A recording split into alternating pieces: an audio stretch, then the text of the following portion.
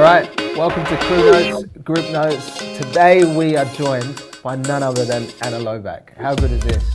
Good to have you here. Thank you. Good to and we've got some youth and young adults in the place as well. How you doing, guys? All right? Great, yeah. Yeah, good. I see you matchy with the red. Listen, this month we've been talking about this topic, you good? Basically asking that question, are you okay? Are you good? What's going on with your mind, your body, your soul? And so there's no other better person than you to speak on this subject. What do you do? I'm a psychologist. Psychologist. Yeah. So people think like, because most people go, yes, I'm a psychologist. He's like, are you reading my mind right now? Can you tell how I feel? But that's a, what is that? That's a I don't know. Yeah. Anyway, forget about it. We can edit that out. A psychic. There you go. There you go. See, I knew I wasn't stupid. Yeah, no, okay. I'm not a psychic. I'm a psychologist. You're a psychologist. I work in the context of business, so a business psychologist. Okay, great. Okay, cool. So we're going to talk about this topic today, anxiety. Anxiety. And like, what is anxiety? Good question. So anxiety is a term that people use quite a lot these days, but actually there are two different types, I would say, of anxiety. You have the anxiety that is normal for us to experience as human beings in certain situations, and you have anxiety disorders that actually is a different term used to describe a number of different types of anxiety disorders. But essentially, anxiety is quite simply the result of a neurochemical reaction that is triggered in your brain by a certain stimulus or an external kind of stressor or trigger. And it could be anything. It's actually normal for you to experience feelings of anxiety like worry, nervousness or fear just before you sit your exams at school or before you ask a very special person out on a date, or, you know, that's actually normal, or before you go out and you perform or an important meeting, whatever. All of us should experience different levels of anxiety in our normal daily life, but what's not normal is when those feelings of nervousness, worry or fear start holding you back from your everyday life and or are disproportionate in relation to the triggers or the things that have caused those feelings.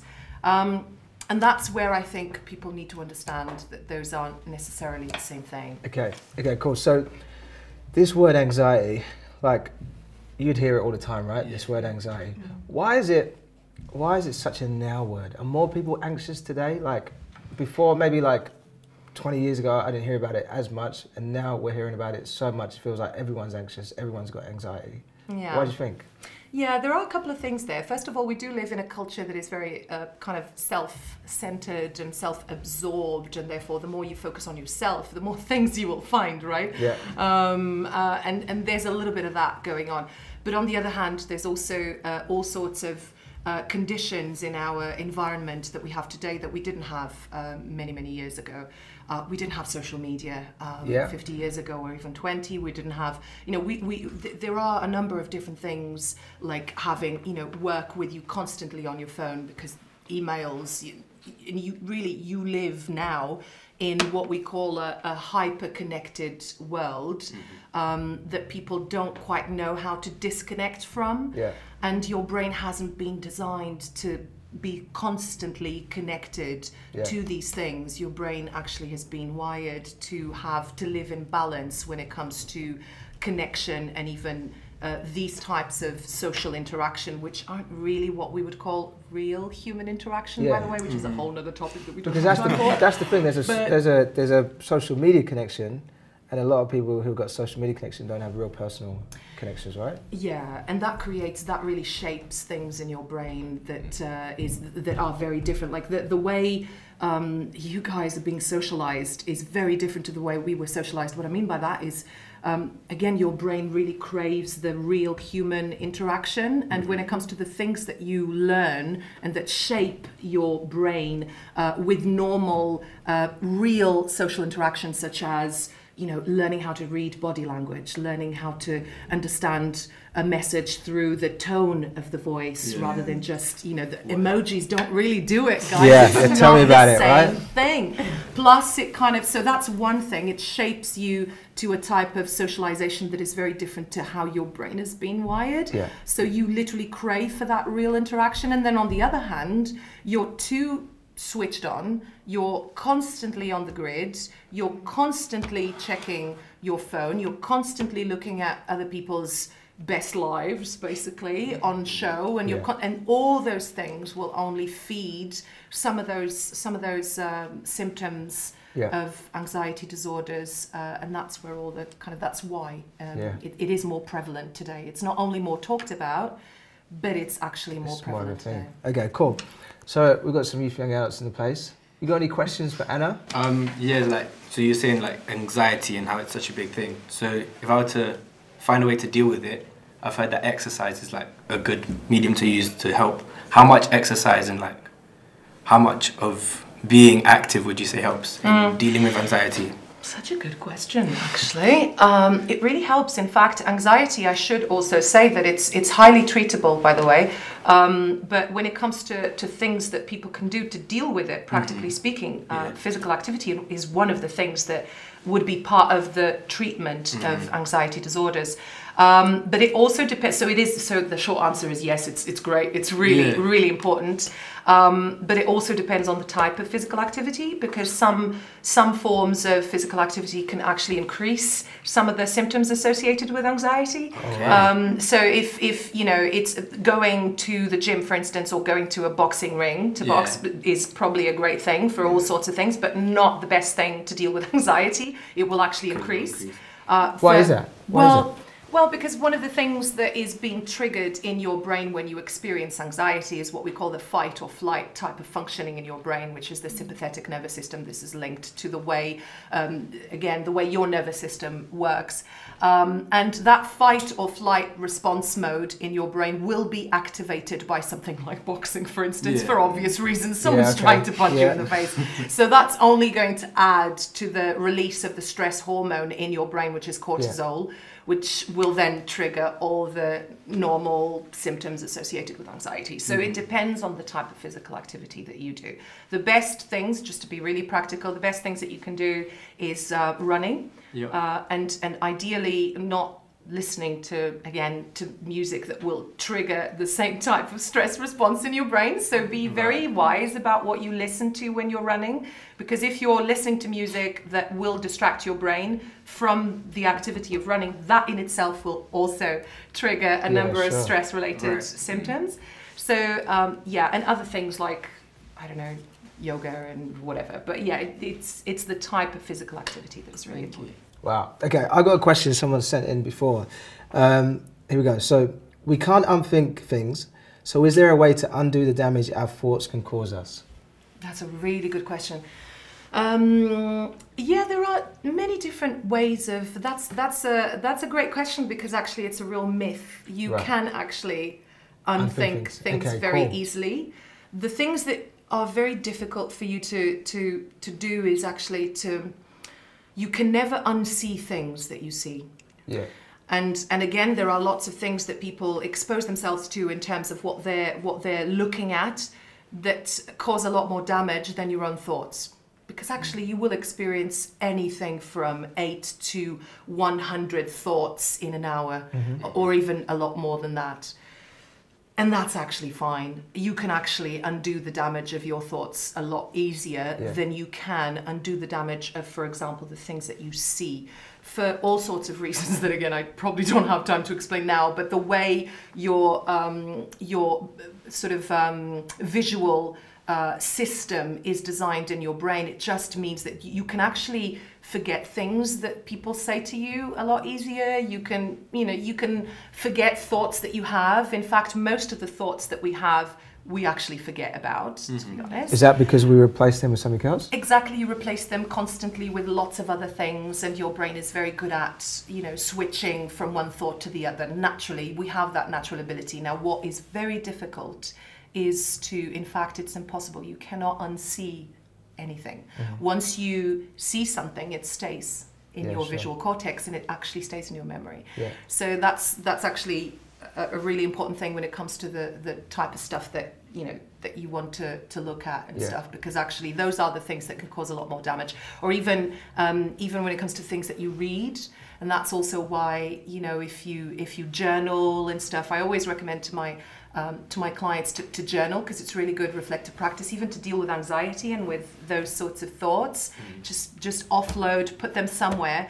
But you should have different types of journals. You should have a journal that is your journal, where you just dump stuff like negative thoughts and just vomit those onto a paper, onto a thing, and then close it and don't read them. Don't read them. And you can have another journal, which is the one that you want to keep going back to, which is where you're capturing your reflections, you're learning, but actually that other one, because again, if there are really negative, self-destructive thoughts that are useful for you to put down onto paper, but actually it won't be good for you to read that, because if what you see stays with you. Yeah. So I'd go so for me, and maybe some people that I've talked to before, sometimes you can overthink stuff, right? You can constantly think about something. And so even just what you're saying about overcoming anxiety or dealing with it, partly that's a choice then. Yes. Because you're choosing, I'm not going to think about that stuff anymore. Yes, it is, yeah. So it's about focus. One of the techniques that we would try to help people learn is the attention management. And you can't do attention management without what needs to happen before, which is the kind of self-awareness. First of all, we need to help people understand where they are, what those thoughts are, kind of where they're coming from, that sort of thing. Self-awareness brings self-regulation, which is where you then go to, how do I self-regulate? Well, it's attention management. And really it's managing your attention. You know the expression we always say, I need you to pay attention. That's a perfect expression to describe the way your brain works when it comes to attention, because you actually have a limited budget of attention in your brain that you can only spend certain amounts of. And if you're you're literally giving of your attention budget to something, that means that you can't, that's it, you can't spend it on something else. But it's all about choice. It's all about what you focus on, and you can choose what you focus on. If you're a healthy, normally functioning human being, you can choose what you focus on, and what you focus on essentially grows in your brain. And that's why I love that scripture, fix your eyes on the author, perfecting your face. So just no matter what's going on, fix your eyes on Jesus. Absolutely. No matter what's happening, sometimes even if I can't, I'll just stick worship music on. Yeah. And that's that gets me back. I'm choosing to put my attention on Jesus no matter what. Yeah. Bola, you got a question, eh? You mentioned about relationships and obviously you get anxiety if you're about to ask someone out something. Do you? Is that how you feel? Is that, shall we talk about that? Yeah. Do you think you can have a healthy functioning relationship if you or both of you are affected by mental illness? The short answer is yes, actually. In fact, the one thing, the other thing that that will be part of any treatment plan for any sort of anxiety disorder, and in fact for most mental health problems, would be what is described in medical terms as support groups, but is actually, to have real relationships with people.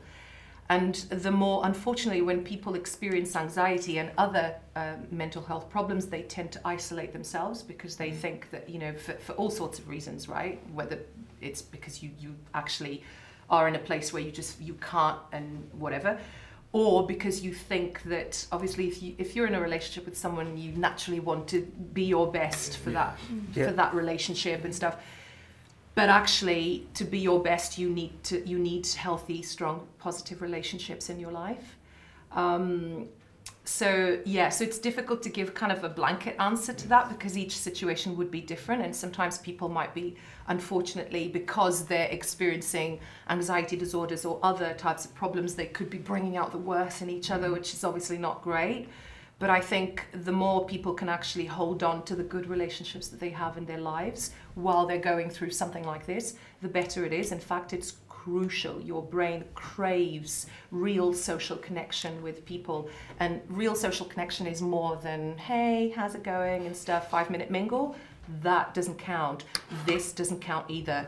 Definitely not. I'm talking about you know, people who are ready and willing to do life with you, people that make you feel, give you a sense of psychological safety, and people, and usually if you're in a relationship with someone like that's usually how that makes you feel. So if you cut that, because like it can actually just make the whole thing worse. So it's about, you know, staying committed to obviously trying to be the best that you can be, whilst going through probably the worst that you're probably going through, but you know, staying together and obviously trying to involve other people and leaders and stuff and good people around you, but definitely hold on to the relationships that you have in your life when you're going through something like this, because you're going to need it. That's huge, isn't it? Like friendships, all of that stuff, having those right people. Yeah. I know for me, there's like some people like they'll ask me like, "You good?" But they're not asking me like, you know, "You're just having a good day." They're actually asking me, "Are you good?"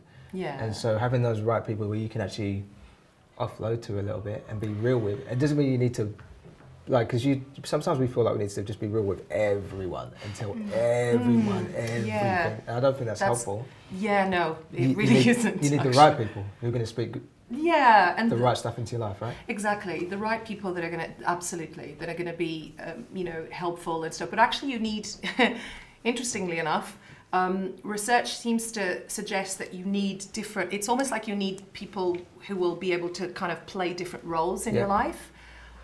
Because yes, you need the right people who will be able to speak, you know, good things over you and stuff, and encourage you and help lead you somewhere good and whatever.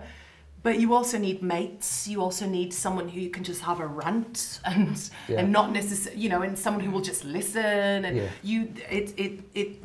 actually, you need different types of roles in your life. But the key ingredient is authenticity. It's the depth of those connections. It needs to be real, and that really is the main thing, because your brain actually literally craves that. Did you know that, like, the type of mental activity that you have in your brain when you're at rest, for instance, or even when you're sleeping, when you think that you're not thinking about anything, neuroimaging techniques show that the mental activity that is taking place in your brain is identical to the mental activity that is taking place when you're experiencing real human connection and interaction. In other words, even when you think you're not thinking about anything, you're still probably thinking about someone else, and you're still connected to other people and to what they think about you, to what, you know, it's, the connection is so deep in your brain that you crave that real connection with others. Yeah, it's crazy.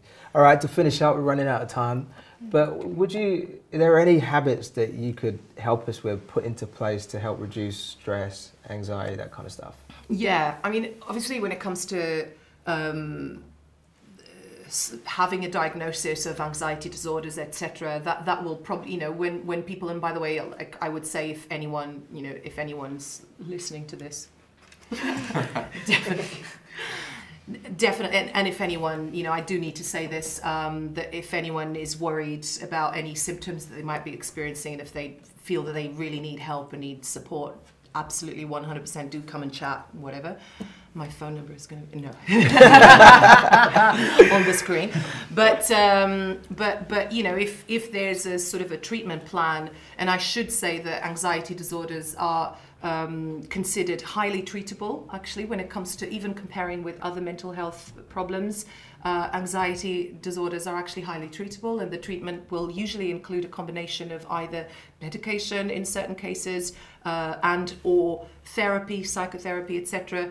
The third thing is support groups, which again, it's, you know, it's group, it's crew, it's, you know, it's church, it's what we have.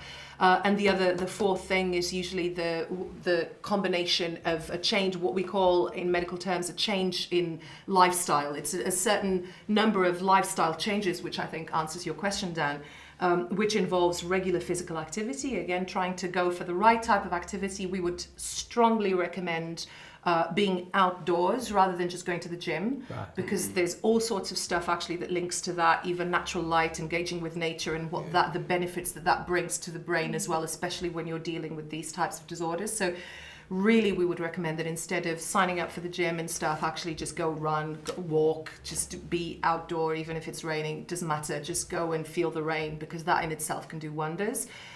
And the other, you know, and other practical things, like really trying to switch off a little bit more from this, and you know, or maybe use it to actually call a friend and be like, hey, can we hang out, because I actually just need someone to be there with me today. So really strengthening your peer group and your relationships and reaching out is, I think, the most important thing that I could leave you with when it comes to practical advice. Great stuff. Well, thank you, Anna, for being with us. It's been good, guys, right? Yeah. Awesome. Well done. How good is that? You cupping yourself? Yay! The producer was telling me to clap.